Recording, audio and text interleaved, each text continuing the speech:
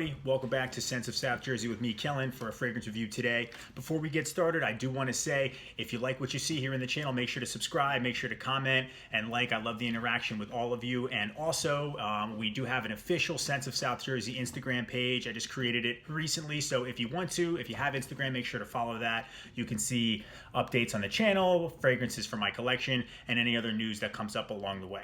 So anyway, we're going to review a fragrance today. It's from 1984. It's from the House of Aramis. It is an aromatic fougere. It is Tuscany per Uomo. So you can take a look there. As usual, what we'll do, we'll break down the box and the bottle presentation. I'll talk about the fragrance's notes. I'll talk about its performance on my skin. I'll give it my overall thoughts, and then I'll give it my overall rating. All right, guys, let's take a look at the box presentation for Aramis Tuscany per Uomo. So you can take a look here. Pretty simple box, black box. You got red, red square there, white lining. Tuscany per Uomo. You see there, it is a 3.4 ounce bottle, so 100 ml on the box top there. You got Gentleman's Collection from Aramis. On the back, you got some brand information. On the bottom, you have a barcode. So pretty simple. The bottle's pretty neat. I actually had this fragrance as a kid, and by as a kid it means it was my dad's, and I used to take it where the bottle looked a little bit different. It was clear, there was no sticker, there was just black thin lettering at the bottom that said Tuscany per Uomo on it, and I believe the atomizer was black. I don't remember it being silver. The juice was the same color. It was maybe a little bit more golden. So you can see the cap here. Fits snug on. You can pick it up by the cap, but if you pull too hard, it'll pop off. We'll take a look at the distribution here. It was my scent of the day. Wow, pretty good distribution. So I like the atomizer. Nothing going on the back, just that sticker, and then one little sticker there on the bottom of the fragrance. Okay, guys, let's talk about the notes for Tuscany per Uomo. In the top, you've got lime, lavender, bergamot, and lemon. Now, in the heart of the fragrance, in the middle, you have caraway, orange blossom, tarragon, and anise. And in the base, you have leather, sandalwood, tonka bean, patchouli, cinnamon, basil, and oak moss. In my opinion, the most dominant or prevalent notes, right off the top, you got the citrus, like the lemon and the lime, lavender, that kind of combination. And then that anise note is very, very strong in this one too. And in the dry down, you get a nice soapy kind of oak moss with a little bit of leather in there too. The leather's not as pronounced, but I get hints of it, but it's more so of a clean soapy in the dry down. So the performance for this fragrance for me is pretty good. It's not spectacular, but I get absolutely all of 6 hours out of the scent. It's definitely going to give you a good hour and a half projection and sillage trail. And then from there, I think maybe in hours 3 to 4 to 5, you're going to get a 1 foot, scent bubble that'll reach out about, just over 12 inches for people around you. And then after that, it's going to be just in your personal space as a skin scent. So it's a decent performance. This one, I kind of categorize as a summer scent too, personally. So I could see why the performance is at the level it's at. It's definitely not a beast mode scent, but I don't think it was intended to be that way. So guys, my thoughts on Tuscany per Uomo is it's an amazing men's classic, just awesome summer scent.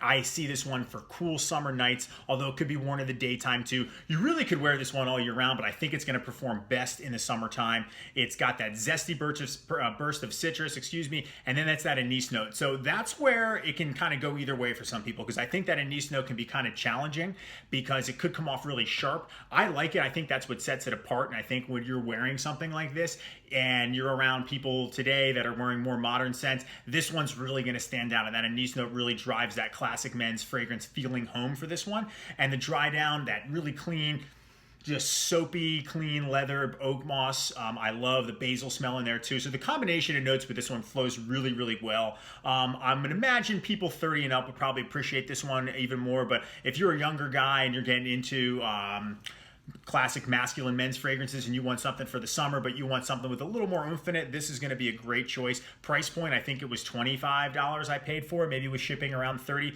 I got it on Fragrance X is where I got it. And as soon as I saw it and I sprayed it, it brought me back to remembering reaching for it. My dad had this one. I only think he ever had one bottle, at least that I remember. And I know the presentation was different, so obviously this is the reformulation, and then I can't speak on how the other one was, but it's definitely an awesome scent. I really like it. It can be a daily scent, or if you want to dress it up and wear it when you go out in the summertime, I think it's perfect for that too. So this is one that it's very versatile in that regard, and I really, really enjoy it. And the scent itself is just Really nice in that opening. I almost get like an orange peel, but maybe that's just the anise combining with that with the lemon. But it's definitely like a fresh, clean Italian barbershop, but heavier on the masculine side, not overly citrus. And I think those notes press the performance with it as well too. So that way you get a little bit more hours out of this. You get a little bit more performance from this one. Whereas many super citrus summer scents, you're only going to max out at 4 hours, and that's like on a good day. So you spray this on your clothes, it'll last a little bit longer. But it's an all around awesome scent, and it's just an excellent addition to the Aramis line. Okay, guys, let's talk about my overall rating for Tuscany per Uomo. Let's talk about the presentation. Presentation's cool, but it's not that great. It's pretty simple. I don't dislike it. I don't love it. I'm going to give it a 6 out of 10. The performance, I'm definitely going to give a 7 out of 10. I thought it was better than a lot of summer scents that I have. So the fact that it got to 6 hours, and maybe if you spray it on clothes, it'll last a little bit longer than that. I'm going to give that one a 7 out of 10. The scent, though, is where it's going to score the highest. I love that anise note. It's such a sharp, just masculine addition to this fragrance, and again it brings it to that level where I consider it one of the classic masculine men's fragrances. So I'm going to give it an 8.5 out of 10. So overall rating is going to be a 7.5 for Tuscany per Uomo by Aramis. So if you guys have this fragrance, if you've tried this fragrance, please let me know in the comment section what you think about it, what you think of the review, what you think of the rating, if you like it, if you don't like it, if you think the other one in the gentleman's line are better, because I haven't really tried that many of them. I know there's Devon, there's New West, there's Aramis 900. I have this one, and I have the original Aramis too,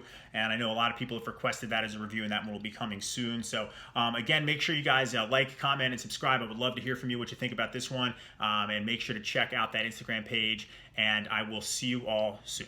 Take care.